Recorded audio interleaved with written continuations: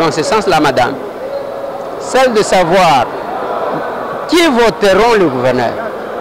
Ce sont les mêmes corrompus, les mêmes corruptibles qui vont voter le gouverneur corrupteur. Les gens ne votent pas par rapport à la conscience, mais c'est par rapport à l'argent. La Constitution tranche sur cette question-là. Elle dit clairement que le Premier ministre doit sortir de la famille majoritaire au sein de l'Assemblée nationale.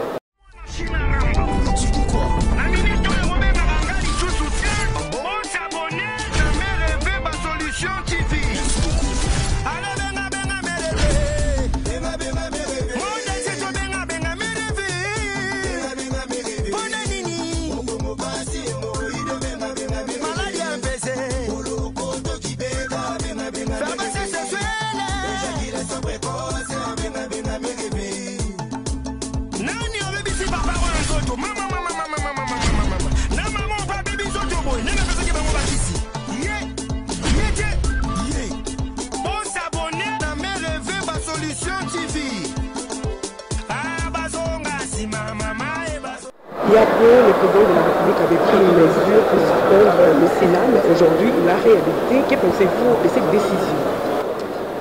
La décision n'a pas été prise par le président de la République.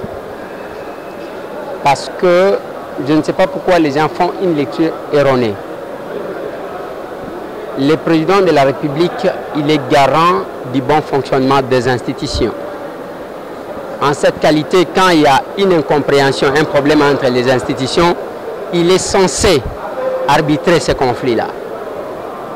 Vous vous souviendrez qu'à la veille de l'organisation des élections des sénateurs, le parquet avait écrit au président de la CENI lui demandant de surseoir l'organisation des élections parce qu'il y avait une forte rumeur de soupçons sur base faisant état de la grande corruption parmi les députés provinciaux. Ce qui n'a pas été accepté par la CENI qui a organisé. Après la publication des résultats, il y a eu ce qu'on appelle en droit clameur publique. En rapport avec ça, le président de la République, chef de l'État, a invité autour de lui les animateurs des institutions. C'est au cours d'une réunion interinstitutionnelle que la décision a été prise. Ce n'est pas une décision prise par M. Félix Antoine Tshisekedi Tshilombo, lui seul. C'est une décision de l'interinstitutionnel, c'est-à-dire les animateurs des institutions, c'est-à-dire le Premier ministre, le président du Sénat, et le président de la CENI, lui-même le président, ainsi que le parquet. C'est là que cette décision a été sortie, de ce soir.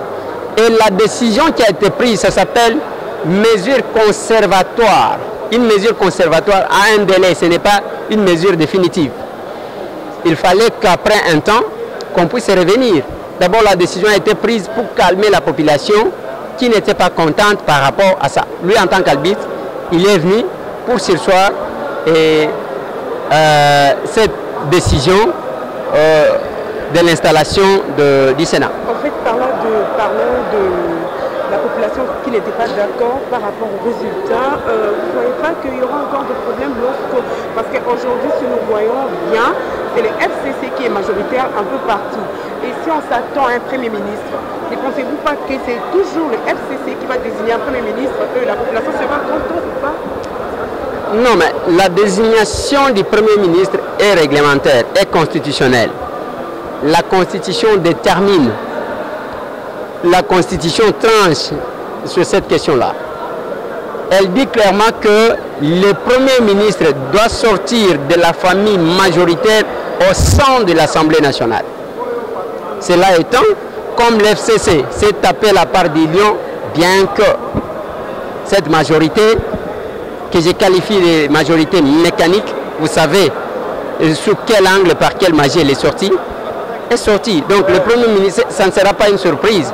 Le Premier ministre viendra du FCC qui est majoritaire à l'Assemblée nationale. Et habitué toujours à la corruption, comme c'est tout le monde qui les chante, ne pensez-vous pas que ce sera de même pour les élections de gouverneur?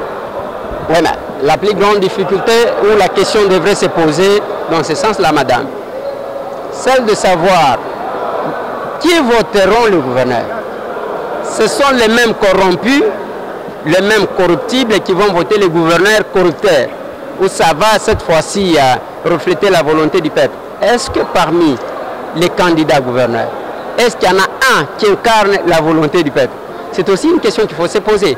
C'est là la question, madame. Nous attendons, nous savons que généralement, au second degré des élections, les gens ne votent pas par rapport à la conscience, mais c'est par rapport à l'argent.